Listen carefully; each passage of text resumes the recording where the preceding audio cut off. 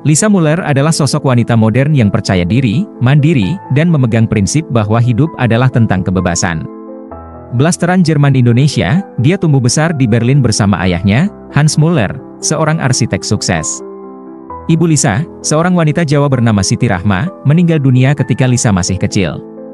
Meskipun sering mendengar cerita tentang asal-usul ibunya, Lisa tidak pernah benar-benar merasa terhubung dengan budaya Indonesia. Pada musim panas, Hans memutuskan untuk mengunjungi kampung halaman mendiang istrinya di Jawa Timur.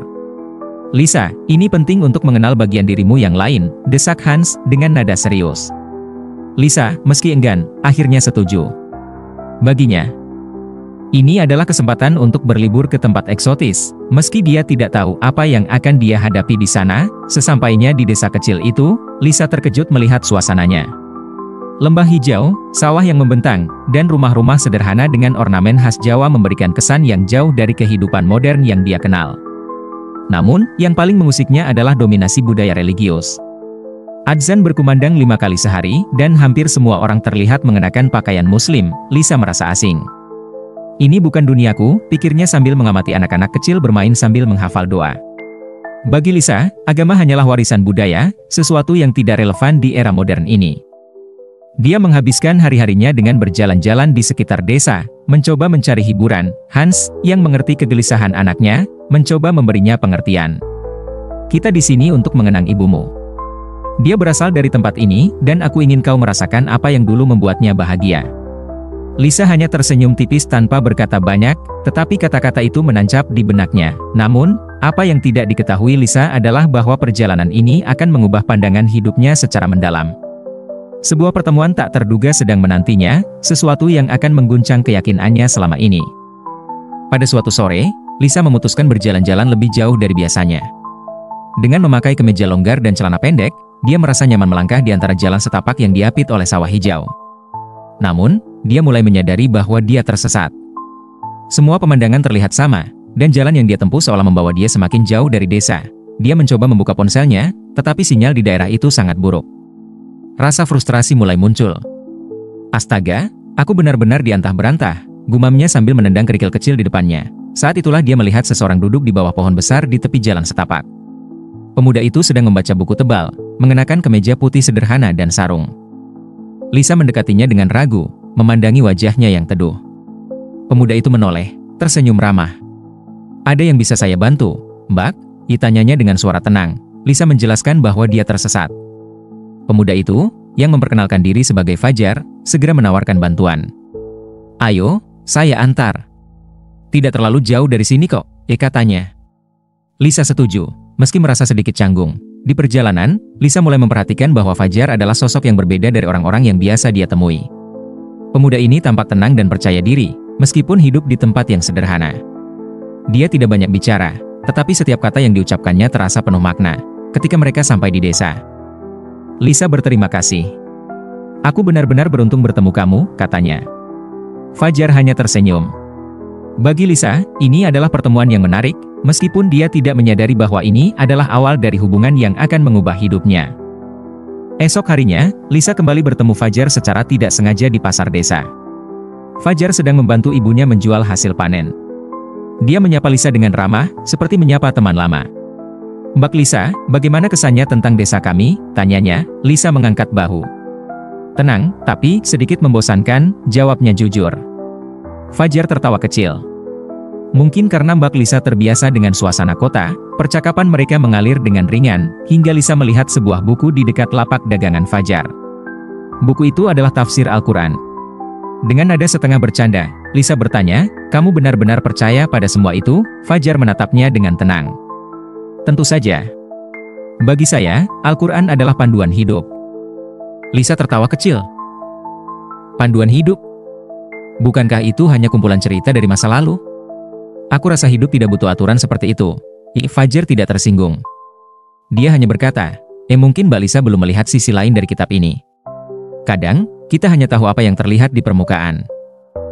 Lisa terdiam sejenak, merasa bahwa percakapan ini lebih mendalam daripada yang dia duga. Setelah beberapa kali bertemu, Lisa mulai merasa nyaman berbicara dengan Fajar. Mereka sering berbicara tentang banyak hal, mulai dari kehidupan di desa hingga isu-isu global. Namun, setiap kali topik agama muncul, percakapan mereka berubah menjadi diskusi yang tajam. Lisa tidak segan-segan mengutarakan pendapatnya. Aku tidak percaya Tuhan. Kalau dia ada, mengapa dunia ini penuh dengan penderitaan? Perang, kelaparan, bencana. Di mana keadilannya? Katanya suatu hari. Fajar, seperti biasa, menjawab dengan tenang. Mungkin kita tidak bisa memahami rencananya. Seperti anak kecil yang tidak mengerti mengapa orang tuanya melarang sesuatu. Kita hanya melihat sebagian kecil dari gambaran besar. Jawaban itu membuat Lisa merasa jengkel sekaligus penasaran. Dia tidak pernah bertemu seseorang yang mampu menjawab pertanyaannya dengan cara seperti itu. Fajar, di sisi lain, mulai melihat Lisa sebagai sosok yang menarik. Wanita ini memiliki keberanian untuk mempertanyakan segalanya, sesuatu yang jarang dia temui di lingkungan konservatifnya. Namun, dia juga sadar bahwa keyakinan adalah sesuatu yang tidak bisa dipaksakan. Hubungan mereka semakin akrab, meskipun sering diwarnai perdebatan. Lisa mulai melihat Fajar bukan hanya sebagai seorang santri, tetapi juga sebagai teman yang mampu memberikan perspektif baru dalam hidupnya. Hubungan Lisa dan Fajar semakin erat. Meski sering diwarnai perdebatan, Lisa menikmati waktu yang dihabiskan bersama pemuda itu. Dia merasa Fajar adalah seseorang yang tidak hanya mendengarkan, tetapi juga mampu menantangnya secara intelektual. Suatu malam, Lisa dan Fajar berjalan bersama di jalan setapak yang dikelilingi oleh hamparan sawah. Langit bertabur bintang, menciptakan suasana yang menenangkan. Lisa merasa nyaman berada di sisi Fajar, meskipun ada perbedaan mendasar di antara mereka. Kamu tahu, kata Lisa tiba-tiba, aku tidak pernah merasa damai seperti ini sebelumnya. Fajar menoleh, menatapnya dengan lembut. Damai itu datang dari hati. Ketika hati menerima sesuatu yang benar, kedamaian akan menyertainya. Lisa terdiam. Kata-kata itu terdengar sederhana, tetapi menyentuh hatinya. Dia tidak pernah mendengar seseorang berbicara dengan ketenangan seperti itu. Fajar bukan hanya seseorang yang berpegang pada keyakinannya, tetapi juga seseorang yang mampu menjelaskan keyakinan itu dengan cara yang masuk akal. Namun, di balik percakapan mereka, Lisa mulai merasa ada sesuatu yang lebih dari sekadar persahabatan. Perasaan itu menakutinya. Dia tidak ingin terikat pada seseorang, apalagi seseorang yang memiliki pandangan hidup yang begitu berbeda darinya. Fajar, meskipun menyimpan kekaguman pada Lisa, tetap menjaga jarak. Dia tahu bahwa perasaan adalah sesuatu yang harus dikendalikan. Terutama ketika melibatkan seseorang yang belum sepenuhnya memahami jalan hidupnya. Lisa mulai membaca buku-buku Islam yang dipinjamkan oleh Fajar. Awalnya, dia melakukannya untuk mencari argumen yang bisa membantunya memenangkan perdebatan mereka. Tetapi semakin dia membaca, semakin banyak hal yang membuatnya terkejut. Dia menemukan bahwa banyak ajaran dalam Islam berbicara tentang kedamaian, keadilan, dan keseimbangan hidup. Beberapa ayat Al-Quran bahkan terasa relevan dengan kehidupannya. Namun, Lisa masih sulit menerima gagasan tentang Tuhan yang Maha Esa. Suatu hari, dia bertanya kepada Fajar, mengapa Tuhan menciptakan kita? Apa tujuan hidup ini? Fajar tersenyum kecil. Allah menciptakan kita untuk mengenalnya, mencintainya, dan menjadi khalifah di bumi. Hidup ini adalah ujian, Lisa. Kita tidak diciptakan tanpa alasan. Lisa merenung panjang setelah mendengar jawaban itu. Dia mulai mempertanyakan hidupnya sendiri. Apa yang selama ini dia cari? Apakah kebebasan yang dia idamkan benar-benar memberinya kebahagiaan? Malam itu, untuk pertama kalinya, Lisa mencoba berdoa. Dia tidak tahu kepada siapa dia berdoa, tetapi dia berbicara dari hatinya, meminta petunjuk. Setelah malam penuh renungan itu, Lisa mulai merasa ada perubahan dalam dirinya. Dia mulai lebih banyak memperhatikan kehidupan orang-orang di sekitarnya. Ketulusan dan kedamaian yang dia lihat di desa itu membuatnya berpikir. Dia mendekati Fajar dan meminta untuk belajar lebih banyak tentang Islam. Fajar menyambutnya dengan hangat, tetapi dia juga berhati-hati. Belajar tentang Islam adalah perjalanan, Lisa. Tidak ada paksaan dalam agama ini. Kau harus menemukan jalanmu sendiri. Lisa merasa nyaman dengan pendekatan Fajar. Dia tidak merasa dipaksa, tetapi justru didorong untuk bertanya dan mencari jawaban sendiri. Setiap hari, dia semakin memahami bahwa Islam bukan hanya tentang aturan, tetapi juga tentang makna hidup. Namun, Lisa juga merasa takut. Bagaimana jika ayahnya tidak setuju dengan apa yang dia rasakan? Bagaimana jika dia kehilangan identitas dirinya? Pikiran-pikiran ini menghantui Lisa, tetapi dia tahu bahwa dia tidak bisa mengabaikan apa yang dia rasakan. Fajar terus mendukungnya dengan doa dan bimbingan yang lembut. Dia tahu bahwa perjalanan Lisa adalah antara dirinya dan Allah, dan dia hanya bisa menjadi saksi dari perjalanan itu. Saat liburannya hampir berakhir, Lisa merasa bahwa dia harus membuat keputusan. Dia tidak bisa lagi hidup dalam kebingungan. Dia ingin mencari jawaban yang pasti tentang apa yang dia rasakan. Dia berbicara dengan ayahnya, Hans, tentang pengalaman yang dia alami selama di desa.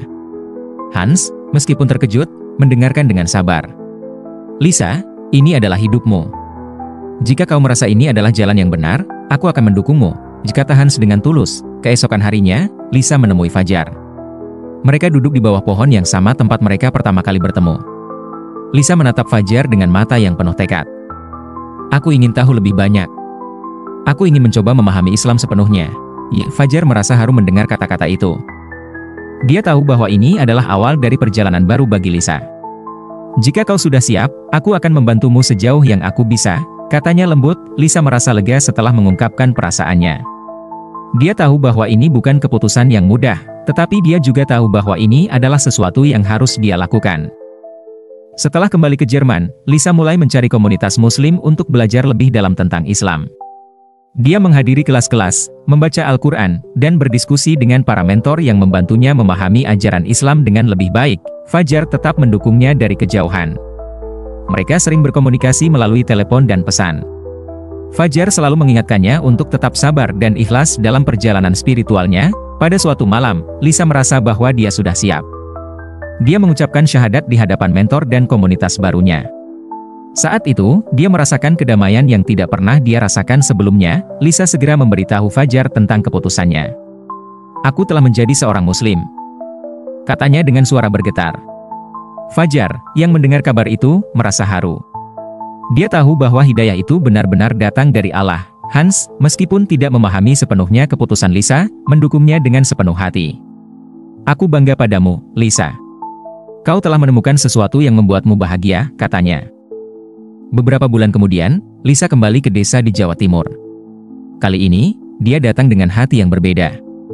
Dia merasa bahwa desa itu adalah tempat di mana semuanya dimulai, tempat di mana dia menemukan cahaya yang selama ini dia cari.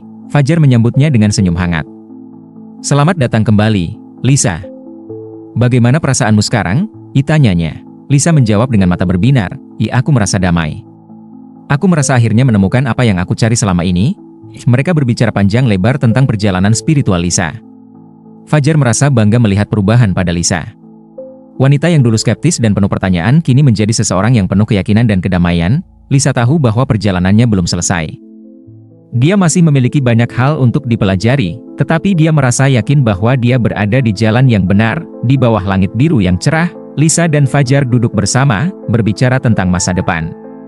Mereka tahu bahwa kisah mereka adalah awal dari sesuatu yang lebih besar, sesuatu yang hanya bisa dipahami dengan iman dan cinta.